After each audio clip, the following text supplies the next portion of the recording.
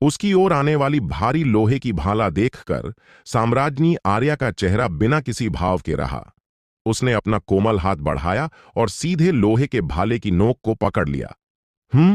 देवी प्रसाद का चेहरा बदल गया और वह अपनी शक्ति और रक्त को उबालना चाहता था और अपनी ताकत से आर्या मां को तोड़ना चाहता था। लेकिन चाहे वह कितना भी कोशिश करे, उसका पुराना चेहरा लाल हो गया, लेकिन वह आर्या साम्राज्य को बिल्कुल हिला नहीं सका। यहां तक कि आर्या साम्राज्य की कलाई में कोई कंपी के संकेत नहीं दिखे।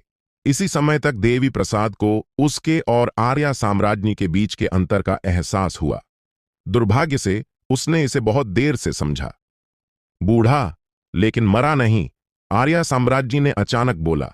दाहिने हाथ में लोहे का भाला पकड़े हुए आगे कदम बढ़ाया, बायां हाथ बढ़ाया और देवी प्रसाद की छाती पर हल्के से थप्पड़ मारा। यह चोर है।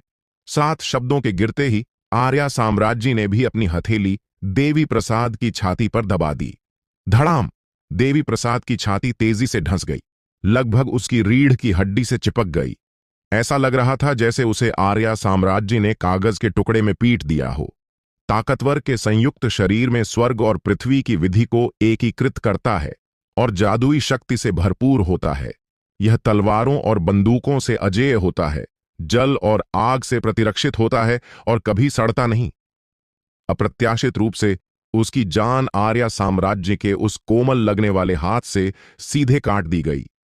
देवी प्रसाद की आत्मा उसके सिर के ऊपर से उड़ गई, घबराई हुई दिख रही थी और दूर भाग गई। भले ही उसके पास जीने का ज्यादा समय नहीं बचा था, वह कहीं से आई एक औरत द्वारा पीटकर मरना नहीं चाहता था। आर्या साम्राज्य ने उसकी ओर देखा तक नहीं। वह मुड़ी और लहरों पर लक्ष्मीनाथ मास्टर की ओर चली, एक परी की तरह सुंदर। तथाकथित पानी पर हल्के कदम और धूल उठाने वाले रेशमी मोजे, कुछ और नहीं। देवी प्रसाद खुश था। मरने से बेहतर है आपदा से बचना। हालांकि उसकी आंखों में खुशी फीकी पड़ने से पहले उसे खतरे की मजबूत भावना हुई और उसकी आंख के कोने से हरी रोशनी की झलक मिली। वह जेड हेयरपिन है।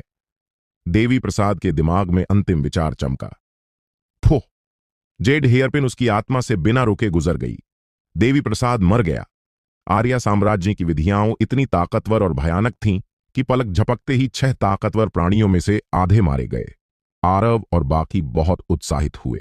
बेशक अभी भी 3 संयुक्त ताकतवर प्राणी बचे हैं जो और भी मुश्किल हैं।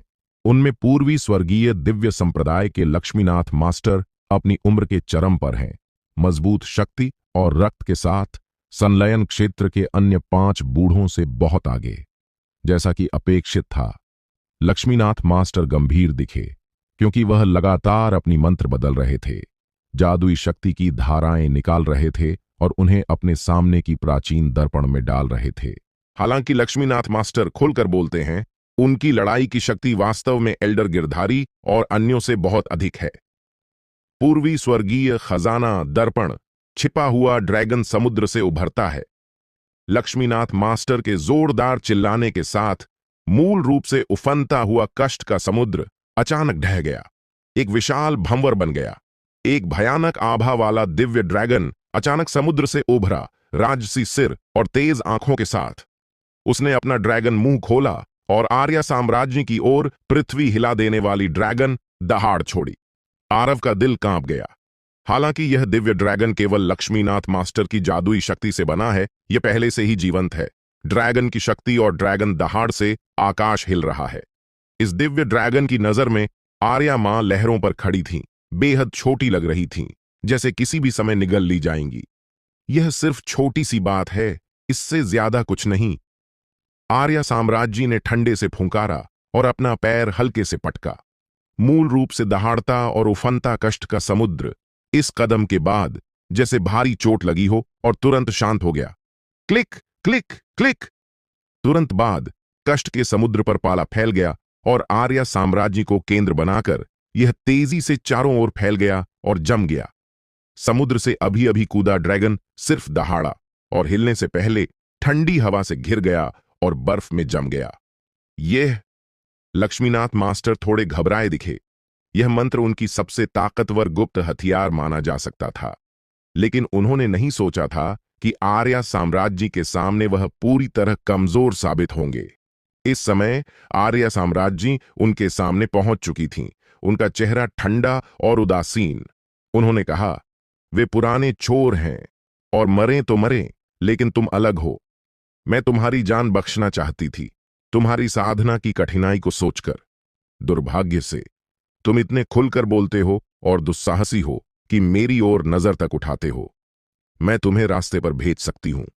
उनके शब्द खत्म होने से पहले आर्य साम्राज्य ने अपनी हथेली बढ़ाई और लक्ष्मीनाथ मास्टर के सिर के ऊपरी हिस्से पर थप्पड़ मारा।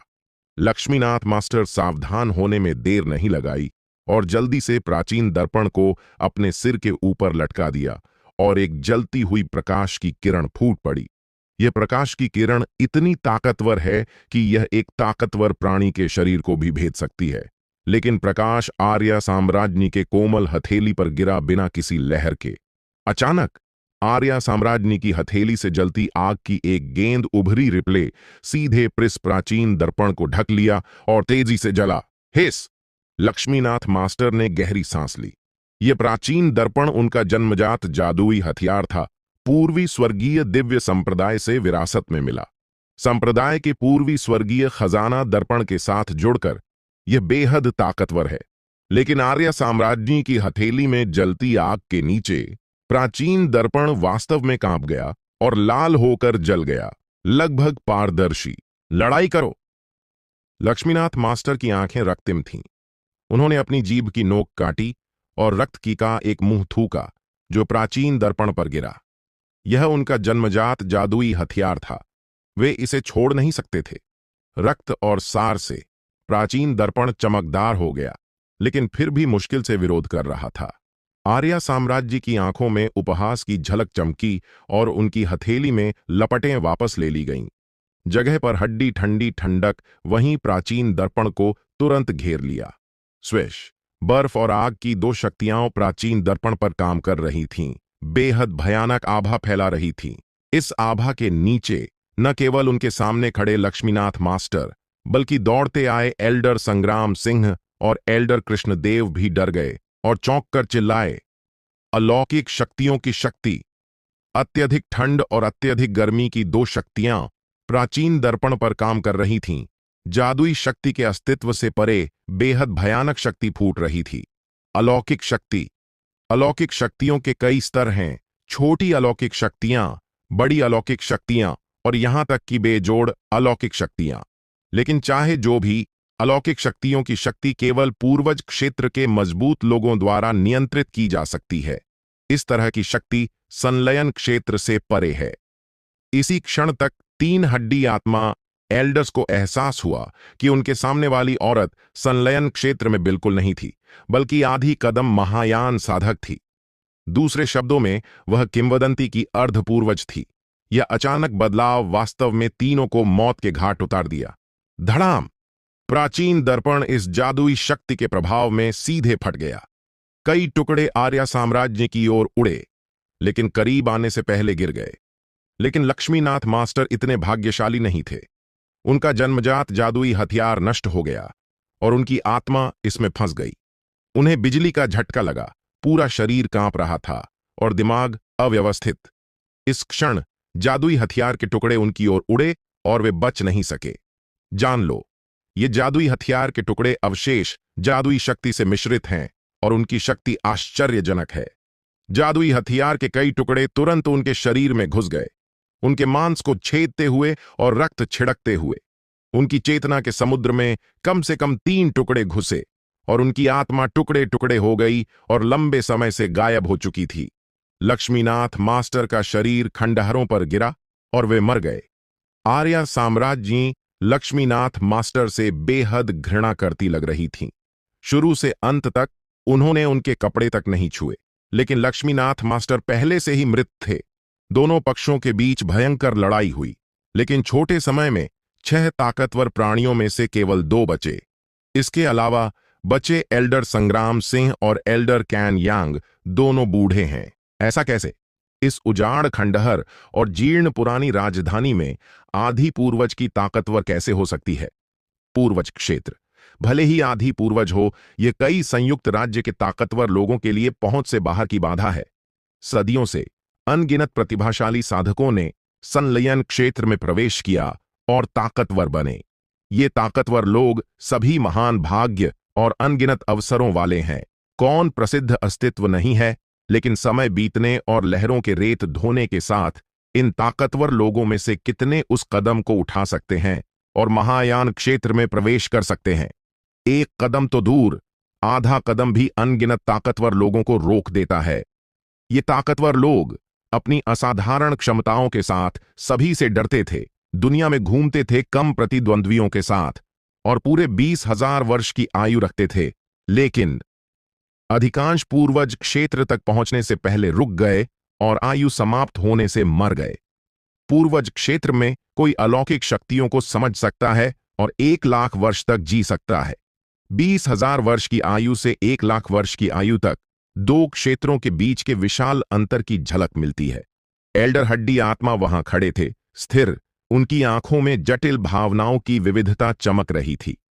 घबराहट है, अनिच्छा, डर और पछतावा। एल्डर कृष्णदेव की प्रतिक्रिया बेहद तेज थी। उनके दिमाग में इतने विचार नहीं। उन्होंने तुरंत निर्णय लिया और मुड़े बिना भागने के लिए मुड़े। ऊर्जा बर्बाद क्यों? तुम बिल्कुल भाग नहीं सकते। आर्या साम्राज्ञी ने शांतिपूर्वक मुस्कुराया, एक कदम आगे बढ़ाया, जैसे स्थान की सीमाओं को पार कर लिया और पलक झपकते एल्डर कृष्णदेव के पास पहुंच गई। मैं तुमसे लड़ूंगा।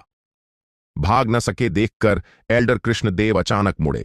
उनकी आंखें लाल, उनके हाथ लगातार मंत्र बदल रहे थे और दहाड़े, 8वीं हत्या, मारो। 7 हत्या संप्रदाय में मूल रूप से 7 तरह की हत्या तकनीकें थीं, लेकिन वास्तव में संप्रदाय में बहुत कम लोग जानते हैं कि 7 हत्याओं के ऊपर 8वीं हत्या है, जो शरीर हत्या की कला है। तथाकथित शरीर हत्या की कला का मतलब अपनी जान कुर्बान करके सबसे भयानक हमला करना। एक बार यह गुप्त तकनीक छोड़ी जाए, पहला मरने वाला खुद होगा। एल्डर कृष्णदेव का शरीर नग्न आंखों से दिखाई देने वाली गति से तेजी से फैल गया। हर बूंद मांस और रक्त में ताकतवर जादुई शक्ति भरी थी और फटने वाली थी। हुंकार। आर्या साम्राज्य ने अपनी आस्तीन हल्के से लहराई और एक पाला सीधे एल्डर कृष्णदेव को घेर लिया। एल्डर कृष्णदेव के शरीर में उबलती जादुई शक्ति तुरंत शांत हो गई और उनके पूरे शरीर पर बर्फ की परतें जम गईं, ठंडक काटने वाली। मरना चाहते हो तो मरो, लेकिन मुझसे दूर रहो और अपना रक्त मुझ पर न छिड़कना।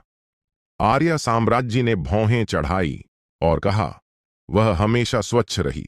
बड़ी लड़ाई के बाद भी उनका शरीर बेदाग रहता है। वह रक्त जैसी गंदी चीजों से सबसे ज्यादा नफरत करती है। इन बर्फ की परतों ने एल्डर कृष्णदेव का रक्त और जादुई शक्ति जमा दिया, यहां तक कि उनकी चेतना का समुद्र ठंडी हवा से आक्रमण हुआ और धीरे धीरे बर्फ में जम गया। एल्डर कृष्णदेव केवल घूर सकते थे। ठंडक घुसी और वे अपनी आंखें हिला नहीं सके। धीरे धीरे पाला उनके पूरे चेतना के समुद्र पर छा गया और उनकी आत्मा पर भी बर्फ के क्रिस्टल जम गए और जीवन शक्ति कट गई। एल्डर कृष्णदेव मानव आकार के बर्फ के टुकड़े में जम गए। आर्या साम्राज्य ने हाथ लहराया और थप्पड़ मारा। एल्डर कृष्णदेव कई बर्फ के टुकड़ों में टूट गए, बिना एक बूंद रक्त के, और जमीन पर बिखर गए। दुर्भाग्य से ऐसा ताकतवर व्यक्ति 10,000 वर्ष पहले उत्तरी क्षेत्र में प्रसिद्ध मजबूत था और अजेय। अप्रत्याशित रूप से आज उसकी आत्मा नष्ट हो गई और शरीर कहीं नहीं मिला। संयुक्त हुए 6 ताकतवर प्राणियों में से केवल एक बचा। एल्डर हड्डी आत्मा नहीं भागे। उन्हें अच्छी तरह पता था कि उनकी क्षमताओं से वे अर्ध पूर्वज से भाग नहीं सकते। धीरे धीरे उनकी ओर आने वाली सफेद कपड़े वाली औरत को देखकर एल्डर संग्राम सिंह के दिल में मजबूत अनिच्छा की भावना हुई। अंत में वे मदद नहीं कर सके, लेकिन पूछा, तुम्हारा नाम क्या है और तुम किस संप्रदाय से हो? इन सवालों का पूछने से क्या? आर्या साम्राज्य ने जवाब के बजाय पूछा, मैं सिर्फ स्पष्ट दिमाग से मरना चाहता हूं। एल्डर संग्राम सिंह ने अपनी मुट्ठी थोड़ी कसी और धीरे कहा, अर्ध पूर्वज के रूप में। तुम निश्चित रूप से अज्ञात व्यक्ति नहीं हो। मैं इस साधना दुनिया में 20,000 से ज्यादा वर्ष साधना कर रहा हूं, लेकिन तुम्हें कभी नहीं देखा। आर्या साम्राज्य ने शांतिपूर्वक कहा, 10,000 वर्ष पहले मैं साल भर महल के गहराई में रहती थी और साधना दुनिया में शायद ही कभी बाहर निकलती थी। स्वाभाविक रूप से तुमने मुझे कभी नहीं देखा। 10,000 वर्ष पहले महल में? एल्डर हड्डी आत्मा स्तब्ध रह गए। जल्दी ही उन्हें कुछ एहसास हुआ और चौंक कर दिल से चिल्लाए, तुम दाकियान साम्राज्य से हो। संक्षिप्त ठहराव के बाद एल्डर संग्राम सिंह ने एक किंवदंती व्यक्ति को सोचा और चिल्लाए, तुम दाकियान साम्राज्य की जेड रखैली हो। मैं ही हूं। आर्या साम्राज्य ने सिर हिलाया और कहा, तुम बिना चिंता के यात्रा पर जा सकते हो। आर्या साम्राज्य की जेड उंगली उनकी ओर छेदते देखकर एल्डर संग्राम सिंह का मुंह कड़वा था और उन्होंने आह भरी, चाहे कितनी अच्छी योजना बनाओ, अंत में भाग्य को हरा नहीं सकते। धड़ाम! आर्या साम्राज्य ने अपनी उंगली एल्डर संग्राम सिंह की भौहों के बीच में रखी। एल्डर संग्राम सिंह का पूरा शरीर कांपा, उनकी आत्मा नष्ट हो गई और वे मध्य हवा से गिरे। शरीर और आत्मा गायब हो गए। इस दृश्य को देखकर आरव और अन्यों को थोड़ी भावुकता हुई। साधना दुनिया इतनी क्रूर है। संयुक्त शरीर ताकतवर लगभग साधना दुनिया के शिखर पर खड़े हैं, लेकिन अगर ये लोग गलत कदम उठाते हैं तो भी मृत्यु और कोई अच्छा अंत नहीं। सामान्य रूप से बोलते हुए इस बार 6 ताकतवर प्राणी एक साथ आरव को मारने आए, जो निश्चित जीत थी और कोई दुर्घटना नहीं। उन्होंने लगभग हर संभावित बदलाव को ध्यान में रखा। दुर्भाग्य से मनुष्य प्रस्ताव करता है, भगवान निपटारा करता है। उन्होंने कभी नहीं सोचा था कि दाकियान साम्राज्य में 10,000 वर्ष से सोई औरत का जागरण इस घातक खेल में एकमात्र बदलाव बनेगा, और इस बदलाव ने उनकी जान ले ली। वरिष्ठ आर्या, आपकी मदद के लिए धन्यवाद। मैं गहराई से आभारी हूं। आरव ने आर्या साम्राज्य को झुककर धन्यवाद दिया। इस बार अगर आर्या साम्राज्य ने कार्रवाई नहीं की होती तो वे सभी बड़े खतरे में होते। आर्या साम्राज्य ने आरव पर आंखें घुमाई और शांतिपूर्वक कहा, मैंने तुम्हें बचाने का इरादा नहीं किया। मैं सिर्फ छोटी लोमड़ी को चोट लगने नहीं देना चाहती थी। बंदर और अन्य लापरवाह थे और ज्यादा नहीं सोचा। वे सिर्फ गुप्त रूप से भाग्यशाली महसूस किए। मौजूद औरतें बेहद संवेदनशील थीं। माहिरा, रिया और अन्यों ने आर्या साम्राज्य और आरव को देखा और वे हैरान थे। अगर छोटी लोमड़ी को चोट लगने की चिंता है तो उसे ले जाओ। लड़ाई क्यों? उन्हें हमेशा लगता था कि आरव और इस आर्या साम्राज्य के बीच कुछ है जो किसी और को पता नहीं। आर्या साम्राज्य की नजर आरव की बाहों पर पड़ी और उन्होंने पूछा, छोटी लोमड़ी, तुम मेरे साथ आओगी या रहोगी? महिला, क्या तुम भी रहोगी तो बेहतर नहीं? छोटी लोमड़ी ने अपनी बड़ी आंखें झपकाईं और डरते हुए पूछा। आर्या साम्राज्य ने सिर हिलाया और कहा, मैं जा रही हूं। संक्षिप्त ठहराव के बाद आर्या साम्राज्य ने जारी रखा, अगर तुम मेरे साथ आना चाहती हो मैं तुम्हें ले जाऊंगी और तुम्हें कोई अन्याय नहीं होने दूंगी, लेकिन अगर तुम रहना चाहती हो मैं जबरदस्ती नहीं करूंगी। महिला, मैं तुम्हें छोड़ना नहीं सहन कर सकती, लेकिन छोटी लोमड़ी शर्मिंदा और उलझन में महसूस की और बोल नहीं सकी। गहराई में वह आरव के साथ रहना और बंदर और अन्यों के साथ होना चाहती थी। वह 10,000 राक्षसों की घाटी में लापरवाह और खुश जीवन जीती थी, लेकिन आर्या साम्राज्य 10,000 वर्ष से सो रही थी और जागने पर उनके आसपास कोई नहीं था। वह पूरी तरह अकेली थीं, जो वास्तव में दयनीय थी। आर्या साम्राज्य ने मुस्कुराया और कहा, मैं समझती हूं। उसके बाद वह मुड़ी और चली गई। केवल एक आवाज धीरे सुनी गई, आरव, उसकी अच्छी देखभाल करो, वरना मैं फिर तुम्हारे पीछे आऊंगी। इस घटना के बाद उत्तरी क्षेत्र कुछ समय शांत रहना चाहिए। बुढ़ी सारस ने आह भरी। आरव और दाऊलॉर्ड राजेंद्र सिंह के बीच की लड़ाई के बाद वर्मन संप्रदाय और मृतक घाटी जैसे कुछ बड़े संप्रदायों ने पहले ही कहा था कि वे पिछले बैर की परवाह नहीं करेंगे। अब 6 महान मास्टर्स के गुजरने की खबर पूरे उत्तरी क्षेत्र में फैल जाएगी और बड़े संप्रदाय परिवार भी शांत हो जाएंगे। इन वर्षों में उत्तरी क्षेत्र अशांत रहा है। विभिन्न राजकुमारों के बीच युद्ध भड़कते रहे। आरव ने कहा, विचक्राफ्ट आपदा के बाद 3 महान राजवंश ढह गए और उत्तरी क्षेत्र टूटा फूटा। मुझे उम्मीद है कि शांति की एक अवधि होगी ताकि हम आराम कर सकें। आरव, तुम्हारे भविष्य की योजनाएं क्या हैं? माहिरा ने पूछा। हाँ, राजेंद्र सिंह मर गया। यान की 13 शहरों का रक्त बैर बदला लिया गया और मैं अंत में मन शांत कर सकता हूं। भाई, तुम भविष्य में कहां जा रहे हो? रिया ने भी सहमति में पूछा। बुढ़ी सारस ने मुस्कुराया और कहा, मेरे साथ पाल पवेलियन पर वापस क्यों नहीं आते? 100 वर्ष पहले तुम संप्रदाय को फंसाने के डर से मजबूरन चले गए थे। अब तुम वापस आ सकते हो। ठीक। निशी ने जल्दी सिर हिलाया और कहा। आरव चुपचाप सोच में डूब गए। हमारे साथ राक्षस क्षेत्र क्यों नहीं आते? बंदर ने दांत निकालकर कहा।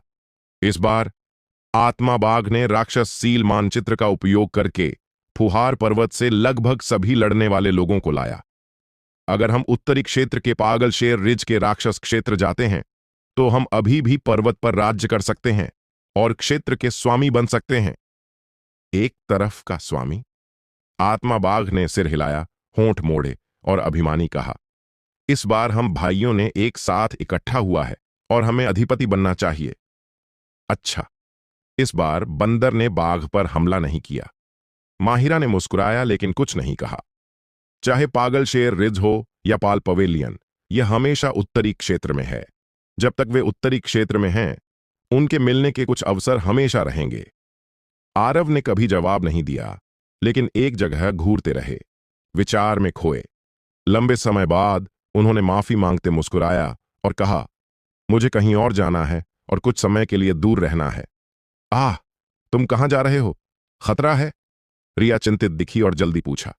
ठीक है। आरव ने मुस्कुराया और कहा, वहां कोई और नहीं है, बहुत सुरक्षित है। संक्षिप्त ठहराव के बाद आरव ने गहरी सांस ली। उनकी आंखें दृढ़ और धीरे कहा, एक चीज करनी है। क्या? सभी ने अवचेतन में पूछा। युद्ध कला का अनुमान, आरव ने शब्द दर शब्द बोला। सभी चौंक गए। वे सभी आरव के ताओ दिल को जानते थे। जंगली युद्ध कला का पथ स्थापित करो और युद्ध कला को लोगों में फैलाओ। ये 8 शब्द पूरे साधना दुनिया को झांत है, लेकिन सभी को इस रास्ते की कठिनाई का ज्यादा एहसास है। यह एक ऐसा रास्ता बना रहा है जिस पर पहले कभी कोई नहीं चला। अपना ताओ और विधि अनुमान करो। बहुत कठिन है, पावक ने शायद ही बोला और थोड़ा सिर हिलाया। सदियों से अनगिनत बुद्धिमान और ताकतवर लोगों ने इस रास्ते की कोशिश की, पूरी जिंदगी खर्च की और अभी भी कुछ नहीं पाया। जहां तक आरव का संबंध है, वे केवल शून्य गमन क्षेत्र में हैं। हां, आरव ने थोड़ा मुस्कुराया और कहा, तो इस बार मैं जाता हूं, मुझे नहीं पता कब वापस आऊंगा। तुम कहां जा रहे हो सर? निशी ने पूछा। उपदेश देने की जगह, आरव ने गहरी आवाज में कहा। मैं उपदेश की भूमि पर वापस जाऊंगा। वहां कई प्राचीन विरासतें हैं जिन्हें मैंने अभी तक समझा नहीं। इन विरासतों को प्राप्त करके और इस जीवन में जो देखा, सुना, सीखा, महसूस किया और एहसास किया, उसे एकीकृत करके मैं अपनी पूरी कोशिश से युद्ध कला का रास्ता अनुमान करूंगा। यह आरव की सावधान सोच का परिणाम था। उनकी वर्तमान साधना शून्य गमन क्षेत्र की पूर्णता तक पहुंच चुकी है। उपदेश देने की जगह अपनी खुद की जगह है, कई मोहरों के साथ। अगर वे धर्म क्षेत्र में कदम रखते हैं तो वे इसमें प्रवेश नहीं कर सकते। अब आखिरी मौका है। इस बार किसी ने समझाने या रोकने की कोशिश नहीं की। यह आरव का ताओ दिल है जो उन्हें करना ही चाहिए। हम भाई अंत में एक साथ हुए, लेकिन अब फिर अलग होना है। आत्मा बाघ थोड़े उदास थे। यह कोई खतरनाक जगह नहीं है, हम जल्द या बाद में फिर मिलेंगे। बंदर काफी लापरवाह थे और कहा, तो हम पागल शेर रिज जाएंगे और घूमेंगे। अगर मूड अच्छा हुआ तो पर्वत पर कब्जा कर लेंगे और कुछ समय रहेंगे। जब तुम बाहर आओ, पागल शेर रिज पर हमें ढूंढने आओ और सिर्फ हमारा नाम लो। निश्चित रूप से काम करेगा। ठीक। आरव हंसे, मुड़े और पूछा, रिया, तुम्हारी योजनाएं क्या हैं? हम उत्तरी क्षेत्र में कुछ समय रहेंगे देखने के लिए कि विचक्राफ्ट आपदा फिर उभरेगी या नहीं। रिया ने माहिरा की बांह पकड़ी और कहा, यह मेरे लिए बहन याओशुए के साथ रहने का अच्छा अवसर है। अगर उत्तरी क्षेत्र में कुछ नहीं हुआ तो मैं दान्यांग गेट पर वापस जाकर देखूंगी। तुम पिछले बार वापस गए 100 वर्ष से ज्यादा हो गए। वापस जाकर देखने का समय है। आरव ने सिर हिलाया। महान झो ने 3 राजवंशों को विलय किया और कई राजनीतिक मामले थे, इसलिए माहिरा स्वाभाविक रूप से महान झो में रहती। निशिपाल पवेलियन पर वापस गई। सभी की मंजिल तय हो गई और पलक झपकते अलग होने वाले थे। युवा स्वामी, इस क्षण एक डरती आवाज गूंजी। सभी ने आवाज की दिशा में देखा। भीड़ में एक छोटा लड़का आरव को देख रहा था उसके गाल लाल। वह थोड़ा घबराया लग रहा था। उसने अपने कपड़ों का कोना पकड़ा और धीमी आवाज में पूछा, मुझे कहां जाना चाहिए? विपुल, बेशक तुम हमारे साथ आओगे। चंद्रकांता ने विपुल के गुलाबी गाल को चुटकी ली और मुस्कुराकर कहा, तुम राक्षस हो, हमारे साथ आओ और हम तुम्हें स्वादिष्ट खाना खिलाएंगे और मसालेदार पेय पिलाएंगे। विपुल का चेहरा और लाल हो गया, लेकिन उसने कुछ नहीं कहा। आरव ने मुस्कुराया और पूछा, तुम कहां जाना चाहते हो? क्या मैं आपके साथ सर उपदेशन की जगह पर जा सकता हूं? विपुल ने उम्मीद से पूछा, अपनी पानी वाली आंखें झपकाते हुए। नहीं, आरव ने सिर हिलाया। यह नहीं कि वे क्रूर हैं, लेकिन उपदेश की जगह एक ताकतवर इच्छा से कैद है। जब विपुल अंदर जाता, उसकी की रक्त और जादुई शक्ति दबा दी जाती, जो बच्चे के लिए कोई फायदा नहीं। इसके अलावा जिस जगह वे जा रहे थे वह उपदेश स्थल में निषिद्ध क्षेत्र था और कोई और प्रवेश नहीं कर सकता। ओह! विपुल थोड़ा निराश हुआ। आरव ने कहा, चंद्रकांता और अन्यों के साथ पागल शेर रिज क्यों नहीं जाते? विपुल ने अपना सिर थोड़ा झुकाया, जैसे कड़ी सोच में। कुछ समय बाद उसने पूछा, अगर मैं चला गया तो देवगिरी शहर में दादा दादी चाचा चाची की रक्षा कौन करेगा? यह सवाल सुनकर आरव ने विपुल को नरम नजर से देखा। कोई नहीं। आरव ने सिर हिलाया। तो मैं बेहतर यहीं रहूं, देवगिरी शहर में रहूं, विपुल ने गंभीरता से कहा। चंद्रकांता ने कहा, लेकिन तुम इतने अकेले हो, तुम अकेले राक्षस हो। नहीं, विपुल ने मासूम मुस्कुराया और कहा, इस शहर के दादा दादी मुझे बहुत अच्छे हैं। वे मुझसे डरते नहीं और उन्होंने मुझे युवा स्वामी के अतीत के बारे में बहुत कुछ बताया। देवगिरी शहर के बुजुर्ग प्रतिहार परिवार और प्रतिहार परिवार के दूसरे बेटे के बहुत आभारी हैं। जब सुहांग राजा थे, उन्होंने युद्ध के आक्रमण से देवगिरी शहर की रक्षा की। बाद में जब 3 राजवंशों की संयुक्त सेनाएं आक्रमण कीं, प्रतिहार परिवार के दूसरे बेटे ने दिखाया और 3 राजवंशों की संयुक्त सेनाओं को कन्नौज पर्वतों में दफनाया। शहर में उन्होंने कई सत्य अमर को मार डाला जो पीछा कर रहे थे। कई लोगों ने उस दृश्य को देखा। इन बच्चों में से कुछ आज जीवित हैं और 100 वर्ष से ज्यादा के हैं, देवगिरी शहर के बुजुर्गों सहित। उन्हें स्पष्ट रूप से समझ में आया कि इन अशांत समय में देवगिरी शहर सुरक्षित रह सका। यह भी प्रतिहार परिवार के दूसरे बेटे से संबंधित था। प्रतिहार परिवार के बारे में कहानी और सू के दूसरे बेटे के अमर बनने की किंवदंती उनके पूर्वजों से मौखिक रूप से चली आ रही है। अच्छा, आरव ने विपुल के माथे को धीरे सहलाया और नरम कहा, तुम देवगिरी शहर में रहो और मेरी वापसी की प्रतीक्षा करो।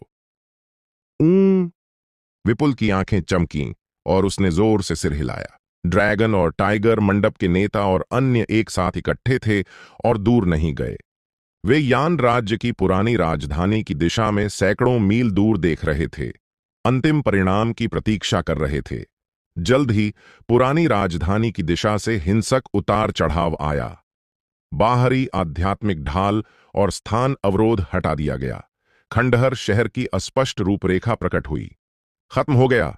ड्रैगन और टाइगर मंडप के नेता ने राहत की सांस ली। उन्होंने सोचा कि 6 संयुक्त ताकतवर प्राणियों ने स्थान अवरोध हटाने से पहले आरव और अन्यों को मार डाला था। चाहे जंगली युद्ध कला मास्टर हो या शाश्वत दुष्ट, वे अभी भी गला घोंटने के भाग्य से बच नहीं सकते। धार संप्रदाय के नेता ने ठंडे से उपहास किया। वन देवता की मौत को एक चिंता का अंत माना जा सकता है। ब्लड मिस्ट मठ के प्रमुख ने हंसकर सिर हिलाया। कहा, इस लड़के की प्रतिभा के साथ कल्पना करना कठिन है कि अगर वह बढ़ता रहा तो किस स्तर तक पहुंचेगा। हां, अगर वह धर्म क्षेत्र में प्रवेश करता तो शायद ये 6 संयुक्त रूप के ताकतवर भी उसे मार नहीं पाते। पूर्वी स्वर्गीय दिव्य संप्रदाय के नेता ने गहराई से सहमति जताई। दुर्भाग्य से एक पीढ़ी के दुष्ट को ऐसे गला घोंटा गया। वर्मन संप्रदाय के नेता ने आह भरी। मुरोंग परिवार के प्रमुख ने भी पछतावे से सिर हिलाया। वास्तव में इस बार वन देवता को अपनी आंखों से देखने के बाद वे उनके व्यवहार से प्रभावित हो चुके थे और उनके दुश्मन बनने को अनिच्छुक थे। लेकिन अप्रत्याशित रूप से वन देवता अभी भी अपने भाग्य से बच नहीं सका और इतने दयनीय अंत तक पहुंचा। चले, वर्मन संप्रदाय के नेता ने कहा। वन देवता की मौत के साथ ड्रैगन वैली दफन के पूर्वज के पर्वत से निकलने की संभावना है। मुझे आश्चर्य है कि उत्तरी क्षेत्र में किस तरह की अशांति होगी। मुरोंग परिवार के प्रमुख ने सिर हिलाया और मुड़कर चले गए। इस क्षण उसने एक नजर डाली और हल्की चिल्लाहट नहीं रोक सकी। उसने रुका और यान राज्य की पुरानी राजधानी की दिशा में उलझन भरी नजर से देखा। अन्य संप्रदायों और परिवारों के प्रमुखों ने भी यह दृश्य नोटिस किया। मैंने देखा कि पुरानी राजधानी से एक आध्यात्मिक नाव उठी और इस तरफ दौड़ रही थी। यह ड्रैगन और टाइगर मंडप के नेता ने भौहें थोड़ी सिकोड़ी। आध्यात्मिक नाव पर निश्चित रूप से एल्डर हड्डी आत्मा और अन्य नहीं होंगे। संयुक्त ताकतवर के साधनों के साथ आध्यात्मिक नाव की सवारी करने की जरूरत नहीं, और इस आध्यात्मिक नाव की गति इतनी धीमी नहीं होगी। क्या एल्डर हड्डी आत्मा और अन्यों ने रोक रखा, सभी को नहीं मारा और कुछ महत्वहीन लोगों को छोड़ दिया? जब सभी सोच रहे थे, आध्यात्मिक नाव करीब और करीब आ रही थी। आध्यात्मिक नाव के धनुष पर आकृतियां खड़ी थीं। ड्रैगन और टाइगर मंडप के नेता और अन्यों ने करीब से देखा और चौंक गए। उन्होंने अवचेतन में मुंह खोले, उनकी आंखों में अविश्वास।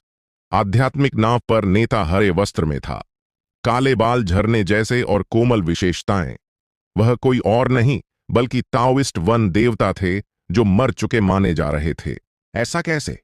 एल्डर हड्डी आत्मा और अन्य क्या कर रहे हैं?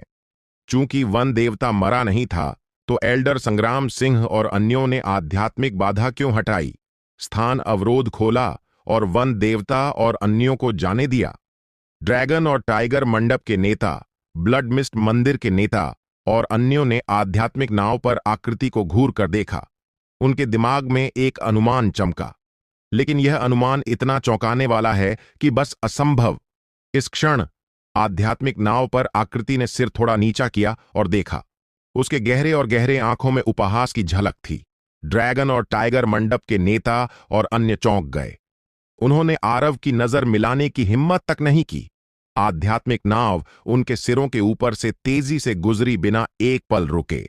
ड्रैगन और टाइगर मंडप के नेता और अन्यों ने एक दूसरे को देखा, फिर जल्दी से यान राज्य की पुरानी राजधानी की ओर रवाना हुए। वे वहां जाकर देखना चाहते हैं कि वहां क्या हो रहा है।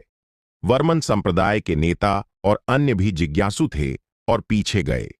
जल्द ही कई संप्रदाय नेता और परिवार प्रमुख फिर से पुरानी राजधानी के ऊपर उतरे।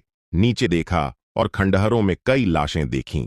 ड्रैगन और टाइगर मंडप के नेता और अन्यों का चेहरा पीला पड़ गया और डगमगाए। मरे! सभी 6 ताकतवर प्राणी मारे गए, कोई नहीं बचा। अभी वन देवता की आंखों की उस नजर को याद करके ड्रैगन और टाइगर मंडप के नेता और अन्यों की पीठ पर ठंडक दौड़ी। उन्हें कोई आइडिया नहीं था कि इस पुरानी राजधानी में अभी क्या हुआ था, लेकिन वे एक चीज जानते थे, यह हत्या एक बेहद मूर्खतापूर्ण निर्णय था। आध्यात्मिक नाव पर आरव ने ड्रैगन और टाइगर मंडप के नेता और अन्यों पर हमला नहीं किया। पहले उन्होंने अभी दौलौड राजेंद्र सिंह के साथ बड़ी लड़ाई लड़ी थी, जो बहुत ऊर्जा खा गई, और वे दूसरी युद्ध शुरू नहीं करना चाहते थे। दूसरे, संयुक्त रूप के 6 ताकतवर प्राणियों की मौत इन ताकतवर संप्रदायों के लिए पहले से ही विशाल नुकसान है। इसके अलावा 6 महान शक्तियों ने पहले से ही संप्रदाय से संबंध तोड़ लिए थे, और सिर्फ इन 6 महान शक्तियों के कारण इन संप्रदाय नेताओं को मारने के लिए नरसंहार शुरू करना उनके लिए असंभव था जो संप्रदाय आए थे। बेशक यह मामला ऐसे खत्म नहीं होगा। इस खाते को अभी के लिए रखो और दूसरे दिन निपटाओ। बंदर और अन्य अलग होने को अनिच्छुक थे और पहले नहीं गए। वे आरव को ड्रैगन दफन घाटी भेजने पर जोर दिए फिर अलग होंगे। सभी यात्रा में जल्दबाजी नहीं थी और आध्यात्मिक नाव पर हंसते बोलते थे। हालांकि आध्यात्मिक नाव धीमी थी, फिर भी 10 दिनों से ज्यादा में ड्रैगन दफन घाटी के किनारे सुचारू रूप से पहुंच गई। ठीक, भेजने की जरूरत नहीं। आरव मुड़े और सभी को देखा, थोड़ा मुस्कुराया और हाथ जोड़कर कहा, इतने लंबे समय से चला गया और मुझे नहीं पता कब वापस आऊंगा। सभी का ख्याल रखें। युवा स्वामी, छोटी लोमड़ी ने नरम पुकारा। उसकी आंखें लाल और अलगाव निकट होने पर रोने वाली थीं। आरव ने अपना माथा ठपठपाया, अपनी भंडार थैली से काला लोहे का कवर निकाला, इसे छोटी लोमड़ी के हाथ में ठूंसा और मुस्कुराकर कहा, लगभग भूल गया। मैंने यह लिहुओ कवर वापस लिया, लेकिन अभी तक तुम्हें लौटाया नहीं। ठहराव के बाद आरव ने छोटी लोमड़ी की नाक धीरे चुटकी ली और मजाक में कहा, क्या चिंता है कि मैं तुम्हारा खजाना ले जाऊंगा और तुम छोड़ नहीं पाऊं? नहीं। छोटी लोमड़ी हंस पड़ी और नाक सिकोड़ी। आरव, सावधान रहो। अगर कुछ असंभव है तो जबरदस्ती मत करो। माहिरा नरम दिखी और चेतावनी दी। आरव ने सिर हिलाया, मुड़े, हाथ लहराया और ड्रैगन दफन घाटी में कूद गए। उपदेश की जगह में प्रवेश करने के लिए संलयन क्षेत्र की शक्ति से स्थान बाधा तोड़नी पड़ती है। आर्य साम्राज्य का ठिकाना अज्ञात है और वह पहले से चली गई है। उत्तरी क्षेत्र में ऐसा करने वाला केवल एक है, ड्रैगन दफन घाटी पर वापस जाना। आरव प्राचीन मंदिर में प्रवेश किया और सीधे पिछवाड़े गया। पुराना भिक्षु जयद्रथ वहां बैठा था। लाल बालों वाला भूत पास में नहीं था। दोनों के पास एक विशाल काला भंवर था। अंदर अंधेरा और गहरा ठंडी हवा बह रही, और कोई नहीं जानता कहां जाता है। लगता है दोनों लंबे समय से प्रतीक्षा कर रहे हैं। निर्णय लिया? पुराने भिक्षु जयद्रथ ने पूछा। आरव ने सिर हिलाया और कहा, अब सबसे अच्छा अवसर है। पुराने भिक्षु जयद्रथ ने पास के काले भंवर की ओर इशारा किया, सिर हिलाया और मुस्कुराया। जाओ, उम्मीद है कि मरने से पहले युद्ध कला के आगमन को देखूंगा। बेशक। आरव ने पुराने भिक्षु जयद्रथ और लाल बालों वाले भूत को विदाई दी और काले भंवर में कूद गए। चक्कर आने वाले घूमने के बाद वे जंगली आभा से भरी जगह पर उतरे। पास में काटने वाली ठंड और हवा वाली क्षेत्र थी। यह 3 आपदाओं का क्षेत्र था। आरव ने गहरी सांस ली और सीधे अंदर चले गए। उन्होंने पहले 3 आपदाओं के क्षेत्र का परीक्षण पास किया था और अब फिर गुजरेंगे बिना किसी अस्वीकृति के। बस एक पल में वे 3 आपदाओं के क्षेत्र के केंद्र, पत्थर की मूर्ति कब्रिस्तान पर पहुंच गए। कब्रिस्तान में 32 विरासत पत्थर मूर्तियों को देखकर आरव ने थोड़ा मुस्कुराया और धीरे बुदबुदाया, मैं फिर वापस आ गया।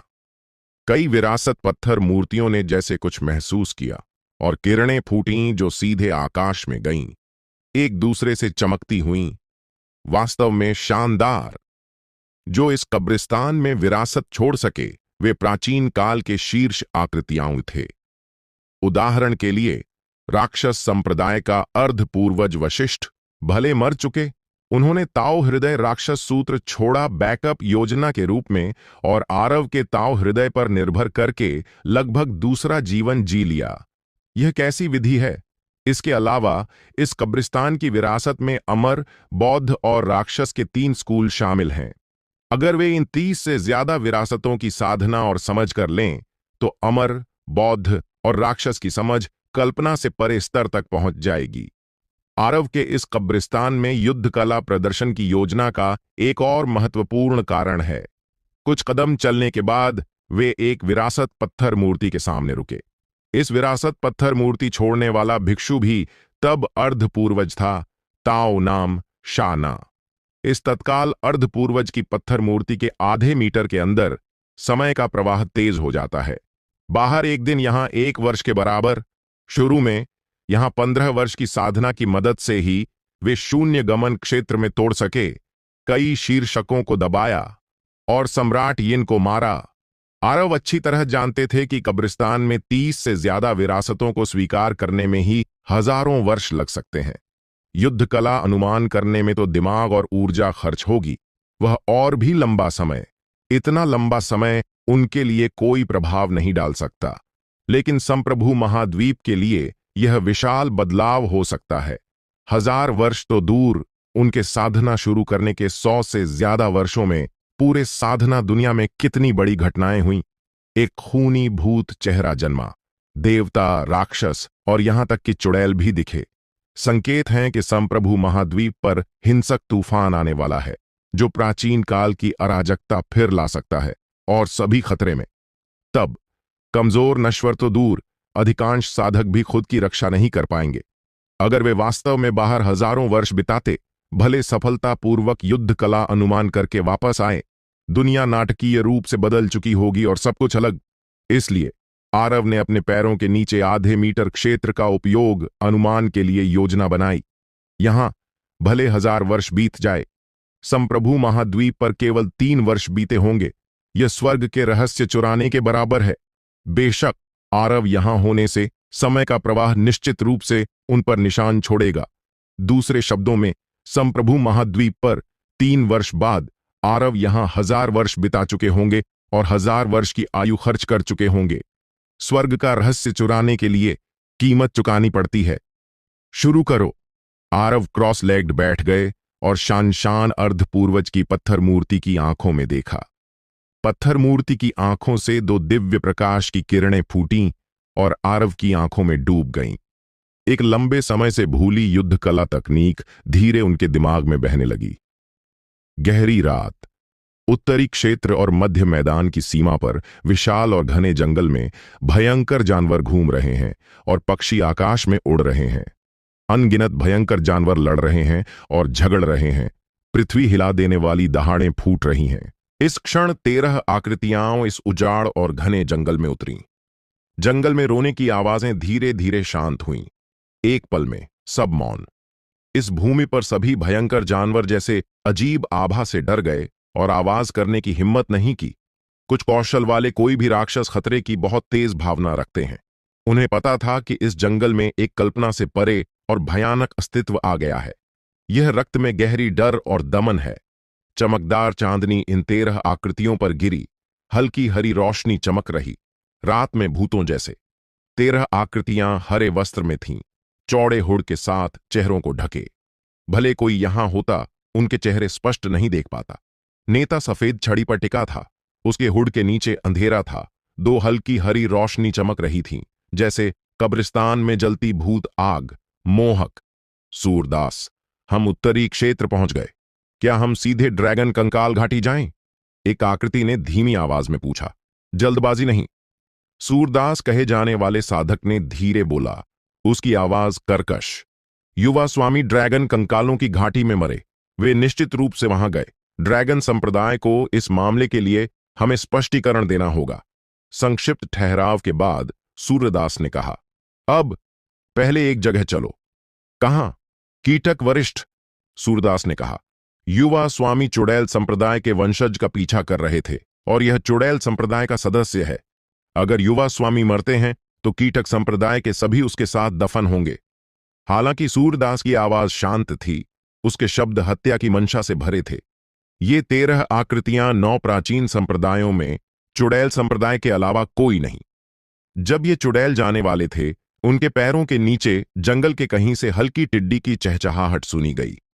सूरदास ने हुड के नीचे भौहें सिकोड़ी और अचानक पूछा, तुम कभी शाप कब्रिस्तान नहीं छोड़े? तुम्हें वास्तव में दबाव महसूस हो रहा होगा। हां, पीछे के चुड़ैल ने जवाब दिया। सूरदास ने शांतिपूर्वक कहा, इस जंगल की टिड्डियां मुझे परेशान कर रही हैं। जाओ और इस जंगल के सभी जीवों को मार डालो। अच्छा, सूरदास के पीछे के विचों ने जोर से और उत्साह से जवाब दिया। आधा घंटा बाद 13 चुड़ैल चले गए और उनके पीछे का जंगली जंगल पहले से लाशों से भरा था, रक्त नदी की तरह बह रहा था और खूनी धुआं आकाश भर रहा था। आधा महीना बाद कीट का झील।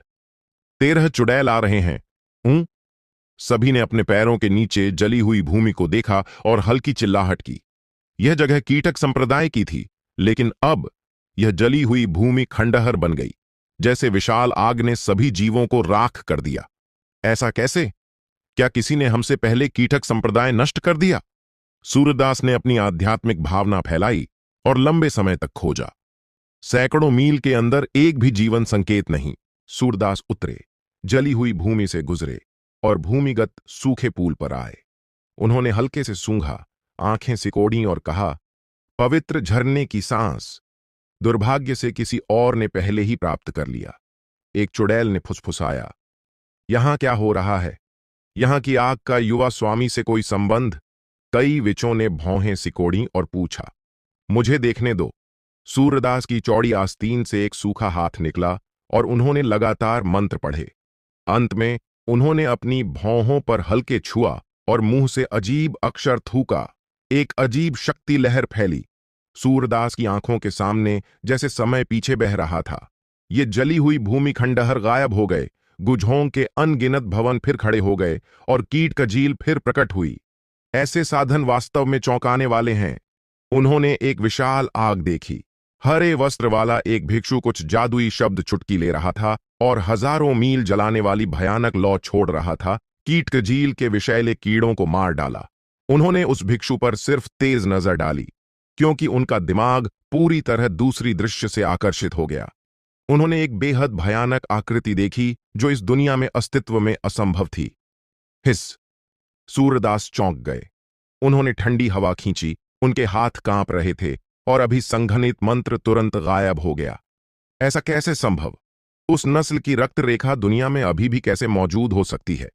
सूरदास की आंखों में संदेह और आश्चर्य की झलक थी। उनकी सांस अस्थिर। एल्डर, क्या हुआ? चुड़ैल संप्रदाय के एक सदस्य ने सूरदास की असामान्यता नोटिस की और जल्दी आगे आकर धीमी आवाज में पूछा। सूरदास ने आंखें बंद कीं, कुछ नहीं कहा और सिर्फ धीरे सांस लेकर मन शांत किया। क्या मैंने गलत देखा? सूरदास अभी भी विश्वास नहीं कर सके और सावधान से अभी देखी दृश्य को याद किया। उन्होंने अभी छोड़ी मंत्र अधूरी थी और अलौकिक शक्ति की सीमा पर थी। उनकी क्षमता से वे यहां बचे कुछ स्मृति टुकड़ों पर निर्भर करके क्या हुआ था पीछे ट्रेसिंग कर सकते थे। फिर मंत्र डालना और उस भयानक आकृति को स्पष्ट देखना असंभव था। वे केवल याद कर सकते थे।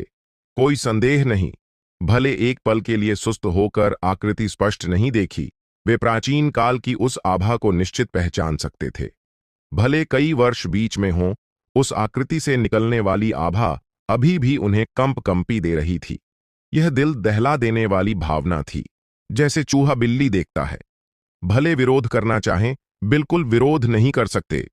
जो उन्हें थोड़ी राहत दे रहा था वह यह कि यह आकृति अभी पूरी तरह बढ़ी नहीं थी। सूरदास का चेहरा उदास था। वे अभी भी चिंतित थे, इसलिए उन्होंने अपनी आध्यात्मिक भावना फैलाई और क्षेत्र की सावधान खोज की। यहां तक कि जली हुई भूमि के नीचे और खंडहरों की दरारों में एक भी चीज नहीं छोड़ी। लंबे समय बाद सूरदास का पूरा शरीर कांपा और उनकी आकृति चमकी। वे मलबे और पत्थरों के ढेर पर आए, आस्तीन लहराई और ऊपर का मलबा उड़ गया, बड़ा गड्ढा बना। फिर वे झुके और होड़ उतारा। एक जोड़ी गहरी हरी आंखें प्रकट कीं, सामने के बड़े गड्ढे को घूरते हुए। वहां कुछ अतिरिक्त नहीं था, सिर्फ एक काली तराजू शांतिपूर्वक लेटी थी। भले मलबे से दबी, तराजू अभी भी चमकदार और उज्ज्वल थी, बिना एक खरोंच के। इसी तराजू को देखकर सूरदास निश्चित हो गए कि उस नस्ल की रक्त रेखा दुनिया में अभी भी मौजूद है। इसके अलावा यह शांतिपूर्वक बढ़ रही है। यह विशाल मामला है। युवा स्वामी की मौत ने चुड़ैल संप्रदाय में बड़ी उथल पुथल मचाई, लेकिन अगर यह मामला वापस पहुंचा तो शायद पूरा चुड़ैल संप्रदाय क्रोधित हो जाएगा। सूरदास, क्या गलत है? चुड़ैल संप्रदाय के एक सदस्य ने आगे कदम बढ़ाया, सिर झुकाया और जिज्ञासु पूछा। सूरदास की आध्यात्मिक भावना हिली और उन्होंने तुरंत तराजू एकत्र कर ली। उन्होंने पीछे चुड़ैल संप्रदाय की युवा पीढ़ियों को यह मामला बताने की कोई योजना नहीं की अभी के लिए, ताकि घबराहट ना हो। कुछ नहीं, सूरदास शांत रहे और लापरवाही से जवाब दिया। तो अगला हम कहां जाए? विच ने फिर पूछा। ड्रैगन कंकालों की घाटी। सूरदास ने मूल रूप से चुड़ैल संप्रदाय की गुप्त विधि का उपयोग करके युवा स्वामी द्वारा छोड़ी सांस का पीछे ट्रेसिंग करने और युवा स्वामी कहां गए देखने की योजना बनाई थी। लेकिन यह होने के बाद उन्हें अपनी योजना अस्थायी बदलनी पड़ी। वे सीधे ड्रैगन कंकाल घाटी दौड़ने, मामला जल्दी सुलझाने और फिर संप्रदाय वापस जाने की योजना बनाई। बिना हिचक सूरदास ने आदेश दिया और चुड़ैल संप्रदाय के सभी सदस्य उठे और चले गए। 3 दिन बाद ड्रैगन कंकालों की घाटी में ड्रैगन संप्रदाय का सच्चा शरीर गुफा में बंद साधना कर रहा है। महान जंगली राक्षस राजा की गुप्त पुस्तक में आत्मा शोधन की विधियां, यिन आत्मा अध्याय और यांग आत्मा अध्याय सभी जंगली समुद्र के ड्रैगन राजा से आए, क्योंकि इसमें कुछ ड्रैगन अक्षर अस्पष्ट और समझने कठिन हैं। इससे पहले आरव की साधना बेहद धीमी थी और बहुत अड़चनें आईं, लेकिन ड्रैगन संप्रदाय आने के बाद ड्रैगन संप्रदाय की भाषा सीखकर और कुछ बुनियादी ड्रैगन संप्रदाय की सांस तकनीकों की साधना करके यिनशेन अध्याय और मूल देवता अध्याय में कई उलझनें आसानी से हल हो गईं। 2 और व्यायाम की साधना आधे प्रयास से 2 गुना परिणाम देगी। ड्रैगन कंकाल घाटी में सिर्फ 11 वर्षों में आरव की साधना उछाल मारकर आगे बढ़ी और शून्य गमन क्षेत्र की पूर्ण स्थिति तक पहुंच गई। एक दिन आरव संचार ध्वनियों के विस्फोट से जागे। उन्होंने पहले ही आदेश दिए थे कि संप्रदाय में कोई गंभीर घटना न हो तो कोई उनकी बंद साधना में बाधा न डाले। अब कोई बुलाने आया तो इसका मतलब संप्रदाय में बड़ी घटना हुई है। आरव ने दरवाजा धक्का दिया और बाहर निकले। कियारा दरवाजे पर खड़ी थीं, चिंतित चेहरे के साथ। आरव को बाहर आते देख उन्होंने जल्दी कहा, ओह नहीं, चुड़ैल संप्रदाय से कोई आ रहा है। विचकुल! आरव की आंखों में ठंडी रोशनी चमकी। इस समय चुड़ैल संप्रदाय ड्रैगन संप्रदाय आया, शायद चुड़ैल संप्रदाय के युवा स्वामी के मामले के लिए। कियारा ने जारी रखा, सुना है कि यह चुड़ैल संप्रदाय नेता ताकतवर योद्धा है, भयानक लड़ाई शक्ति के साथ। वह लंबे समय से प्रसिद्ध है और संप्रदाय के अधिकांश एल्डर्स से पुराना है। कुल के कई एल्डर्स ड्रैगन हॉल में उन्हें प्राप्त कर रहे हैं। वे तुम्हें भी वहां चाहते हैं, समझा? आरव ने सिर हिलाया और जाने वाले थे। जतिन, तुम। कियारा ने एक पल हिचकिचाया लेकिन फिर भी चेतावनी दी, मुख्य हॉल पहुंचकर सावधान रहो और इस ताकतवर चुड़ैल से विरोध मत करो। कैसे? आरव ने भौहें उठाई और पूछा, मशाल ड्रैगन वंश के युवा स्वामी के रूप में क्या चुड़ैल संप्रदाय इस ड्रैगन कंकाल घाटी में मुझ पर हमला करने और मुझे मारने की हिम्मत करेगा? कियारा ने सिर हिलाया और कहा, ऐसा नहीं होगा। चिंता मत करो, ड्रैगन संप्रदाय अपने लोगों की रक्षा करता है और कई एल्डर्स निश्चित तुम्हारी रक्षा करेंगे। संक्षिप्त ठहराव के बाद कियारा ने जारी रखा, बस चुड़ैल संप्रदाय ने युवा स्वामी खोया। वह कुलीन स्थिति का था, इसलिए इस मामले की व्याख्या कठिन है। तुम्हें कुछ अन्याय सहना पड़ सकता है, लेकिन सहन करो तो गुजर जाएगा। आरव ने सिर हिलाया और ज्यादा नहीं कहा और कियारा के साथ ड्रैगन पैलेस गए।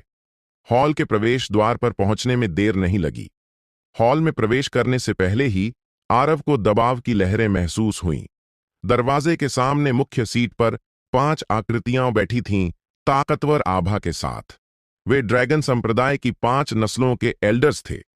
5 एल्डर्स की उपस्थिति दिखाती है कि चुड़ैल संप्रदाय के आगंतुकों को कितना महत्व देते हैं।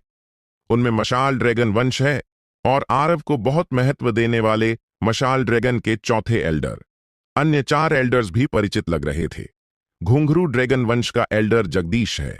इससे पहले उन्होंने आरव को डेजोलेशन और रिवर्स स्केल की 2 गुप्त तकनीकें सौंपने के लिए मजबूर करने की कोशिश की थी, लेकिन दुर्भाग्य से असफल रहे। इस समय जगदीश का चेहरा उदास था। उन्होंने सिर्फ आरव को ठंडे से देखा और हुंकारा। 5 एल्डर्स के दाहिने निचले हाथ की तरफ एक आकृति बैठी थी। यह व्यक्ति बहुत युवा था, नीली कवच में, तेज आंखें और सीधी पीठ। वह वहां घोड़े और तलवार के साथ बैठा था। ताकतवर आभा, लगभग 5 एल्डर्स के बराबर। कियारा जैसे युवा ड्रैगन और अन्य वंशज इस ड्रैगन पैलेस में केवल खड़े हो सकते हैं, और यह ड्रैगन संप्रदाय न केवल बैठा, इसके अलावा उसकी सीट रैंकिंग केवल 5 एल्डर्स के बाद, क्योंकि वह स्वर्गीय ड्रैगन सूची में पहला है और ड्रैगन संप्रदाय में एकमात्र 5 पंजा ड्रैगन। संकेत, उसके सामने 5 एल्डर्स के बाएं हाथों के ठीक नीचे हरे वस्त्र में एक बूढ़ा बैठा था। बूढ़े के बाल विरल थे और बाएं हाथ में सफेद छड़ी टिकी थी। उसके गाल पतले थे, आंख की कोठरें ढंसी हुईं और आंखें हरी चमक रही थीं। चुड़ैल संप्रदाय की सबसे स्पष्ट विशेषता उनकी हरी आंखें हैं। हरी जितनी गहरी, चुड़ैल संप्रदाय की रक्त रेखा उतनी शुद्ध। इस चुड़ैल संप्रदाय के बूढ़े के पीछे 12 युवा पीढ़ी के चुड़ैल संप्रदाय खड़े थे। हॉल में वातावरण गंभीर था, क्योंकि इन लोगों के अलावा हॉल के बीच में एक और व्यक्ति लेटा था। बस वह मृत था, चुड़ैल संप्रदाय का युवा स्वामी। जैसे ही आरव हॉल के प्रवेश द्वार पर दिखे, तुरंत बहुत ध्यान आकर्षित किया। दर्जन से ज्यादा विचों की आंखें शत्रुता और हत्या की मंशा से भरी थीं। आरव मानते थे कि अगर ड्रैगन कंकाल घाटी में नहीं होते तो ये चुड़ैल दौड़कर उन्हें टुकड़े टुकड़े कर देते। बैठे चुड़ैल संप्रदाय के बूढ़े ने सिर घुमाया और देखा, उसकी गहरी हरी आंखें अचानक लहरों से भरीं। चुड़ैल संप्रदाय के बूढ़े ने आंखें सिकोड़ीं और आरव के चेहरे को घूरा।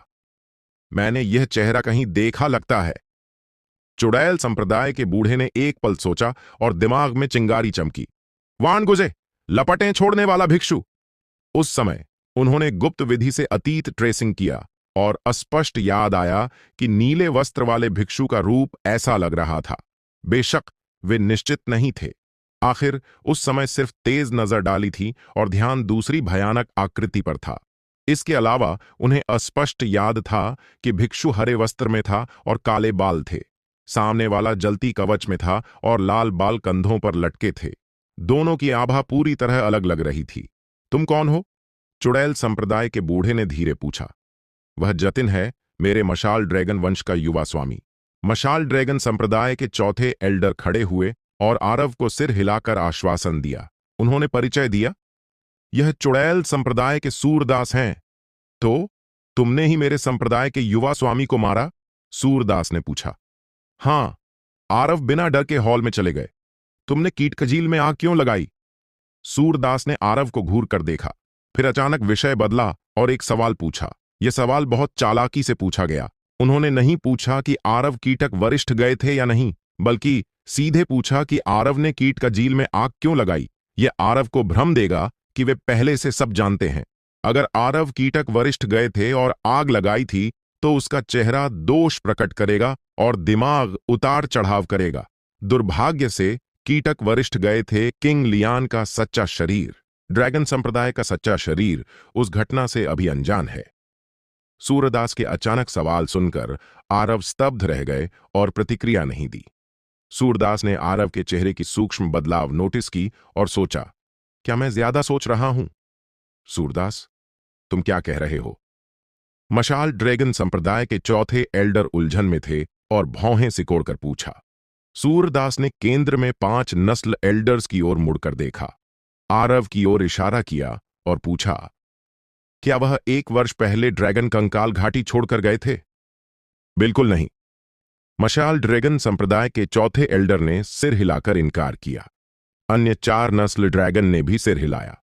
भले घुंघरू ड्रैगन संप्रदाय के एल्डर जगदीश और आरव के बीच कुछ बैर था, उन्हें मानना पड़ा कि आरव इन वर्षों ड्रैगन कंकाल घाटी में थे। इसके अलावा ड्रैगन संप्रदाय के लिए घाटी छोड़ना बेहद कठिन है और आरव की योग्यता पर्याप्त नहीं। सूरदास ने सिर हिलाया और मामला अब भी के लिए रख दिया। उनके चेहरे पर कोई अभिव्यक्ति नहीं थी, जो सूखे पेड़ की छाल जैसे था। बिना किसी चेतावनी के सूरदास ने फिर सिर घुमाया और देखा। उनकी आंखों में अजीब शक्ति थी, जैसे आरव के शरीर को भेद कर सीधे उनके ताव हृदय पर प्रहार किया। आरव शांत रहे, लेकिन दिल में चौंक गए। चुड़ैल संप्रदाय अजीब और धूर्त जादू के लिए प्रसिद्ध है। ये पहली बार था कि उन्होंने सिर्फ नजर से साधक के दिमाग पर प्रभाव डालने वाली ऐसी विधि देखी। यह वास्तव में चुड़ैल संप्रदाय की गुप्त विधि है। अगर साधक का हृदय थोड़ा दोषपूर्ण और कमजोर है, तो इस नजर के नीचे उसकी नींव हिल सकती है और भविष्य की साधना में भटक सकता है। अगर साधक के ताव में दोष है, तो यह नजर साधक की आत्मा पूरी तरह नष्ट कर सकती है। इस तरह की शक्ति पूरी तरह अनट्रेसेबल और बचाव असंभव है। दुर्भाग्य से भले आरव का शरीर ड्रैगन संप्रदाय की रक्त रेखा रखता है, उनका ताव हृदय एक ही है और हिला नहीं सकता। यहां तक कि 3 आपदा क्षेत्र उनके ताव हृदय को हिला नहीं सके। यह अजीब शक्ति आरव पर उतरी, लेकिन गायब हो गई बिना उनके शरीर पर कोई लहर के। आरव शांत और संयमित रहे जैसे हमेशा। सूरदास की आंखों की गहराई में आश्चर्य की झलक चमकी, फिर जल्दी गायब हो गई। पूरी प्रक्रिया जैसे कुछ हुआ ही नहीं। लेकिन मौजूद तेज नजर वाले कुछ लोग अच्छी तरह जानते थे कि आरव ने अभी बड़ी खतरे का अनुभव किया। अगर ठीक से संभाला नहीं तो सबसे अच्छा ताव की आस्था हिलेगी और भविष्य में साधना में प्रगति कठिन।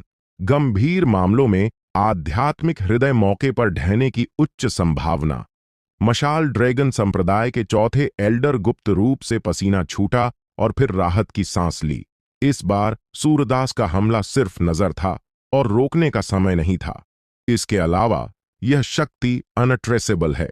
भले रोकना चाहें, हस्तक्षेप कैसे करें पता नहीं। सौभाग्य से आरव खुद संभल गए। मशाल ड्रैगन संप्रदाय के चौथे एल्डर का चेहरा उदास हो गया और उन्होंने कहा, एल्डर सूरदास, तुम संलयन क्षेत्र के ताकतवर हो। क्या तुम्हें नहीं लगता कि हमारे ड्रैगन संप्रदाय की युवा पीढ़ी पर हमला करके चुड़ैल संप्रदाय को शर्मिंदगी है। हे, सूरदास ने सूखे हंसे और कहा, यह सिर्फ छोटा परीक्षण है। अगर यह जूनियर विरोध नहीं कर सका तो यह केवल उसकी अनुभवहीनता है। तुम्हारे लिए आसान कहना। मशाल ड्रैगन संप्रदाय के चौथे एल्डर ने उपहास किया और कहा, अगर वह विरोध नहीं कर सका तो तुम्हारी वजह से उसकी साधना बर्बाद हो सकती थी। आरव के दिल में गर्मी महसूस हुई। चाहे जो भी, मशाल ड्रैगन संप्रदाय के चौथे एल्डर वास्तव में उनके लिए अच्छा कर रहे हैं। इसके अलावा, चाहे कारण जो भी, उन्होंने चुड़ैल संप्रदाय के युवा स्वामी को मारा, जो बड़ी आपदा थी। चुड़ैल संप्रदाय के लोग सवाल करने आए, मशाल ड्रैगन संप्रदाय के चौथे एल्डर अभी भी इतने मजबूत थे, जो दिखाता है कि मशाल ड्रैगन संप्रदाय उन्हें कितना महत्व देता है। ठीक। घुंघरू ड्रैगन संप्रदाय के एल्डर जगदीश ने हाथ लहराया और कहा, मैंने इस लड़के को गंभीर मामलों पर चर्चा के लिए बुलाया। इस मामले पर मत अटको। इसके अलावा वह ठीक है ना? अन्य 3 संप्रदायों के ड्रैगन एल्डर्स ने भी सिर हिलाया। मशाल ड्रैगन ने हुंकारा और बोलना बंद कर दिया।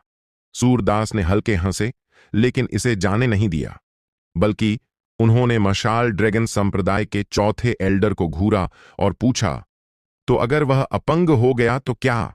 मेरे चुड़ैल संप्रदाय का युवा स्वामी पहले से मर चुका है। तुम ड्रैगन संप्रदाय में से कौन इस रक्त आरण चुकाएगा? 9 प्राचीन संप्रदायों में, चाहे कोई दुष्ट संप्रदाय हो, युवा स्वामी की मौत निश्चित रूप से विशाल मामला है। यहां तक कि 9 संप्रदायों के साधारण सदस्य की मौत भी विनाशकारी आपदा ला सकती है। सोचो, दाकियान साम्राज्य को 10,000 वर्ष पहले हुई आपदा और 9 दुष्ट संप्रदायों के क्रोध की शक्ति समझ आएगी। अगर यह मामला ठीक से नहीं संभाला गया तो ड्रैगन संप्रदाय और चुड़ैल संप्रदाय दुश्मन बन सकते हैं। मशाल ड्रैगन के चौथे एल्डर ने गहरी आवाज में कहा, इस मामले के पीछे एक और छिपी कहानी है। यह आपके चुड़ैल संप्रदाय के युवा स्वामी थे, जिन्होंने पहले जतिन पर युआनशेन गुप्त तकनीक छोड़ी। जतिन मजबूरन प्रतिकार किया और तभी गलती से उन्हें मार डाला। यह निश्चित रूप से जानबूझकर नहीं था। ओह, सूरदास ने अंधेरे से कहा, यह निश्चित रूप से जानबूझकर नहीं। तुम इसे इतने हल्के से कहते हो। क्या तुम ड्रैगन कह रहे हो कि मेरे चुड़ैल संप्रदाय का युवा स्वामी मौत का हकदार था? सूरदास, क्रोध करने की जरूरत नहीं, रौद्र ड्रैगन संप्रदाय के एल्डर ने कहा। ड्रैगन संप्रदाय के 5 एल्डर्स में रौद्र ड्रैगन संप्रदाय के एल्डर अभी भी सबसे सम्मानित हैं। रौद्र ड्रैगन संप्रदाय के एल्डर ने एक पल सोचा और कहा, मशाल ड्रैगन चौथे एल्डर का वह मतलब नहीं था। उन्होंने सिर्फ कहा कि यह मामला निश्चित गलतफहमी है। गलतफहमी? सूरदास धीरे खड़े हुए, उनका चेहरा उदास। उन्होंने कहा, मेरे चुड़ैल संप्रदाय का युवा स्वामी आपके ड्रैगन संप्रदाय की यात्रा पर आया, लेकिन यहां आपके संप्रदाय के किसी ने मार डाला। अब तुम मुझे बताते हो यह गलतफहमी है। सबसे हास्यास्पद यह कि आपके ड्रैगन संप्रदाय का दावा है कि मेरे चुड़ैल संप्रदाय के युवा स्वामी ने इस लड़के पर पहले हमला किया। तो मैं पूछना चाहता हूं, युवा स्वामी इस ड्रैगन कंकाल घाटी क्यों दौड़े और ड्रैगन संप्रदाय के सदस्य को मारने?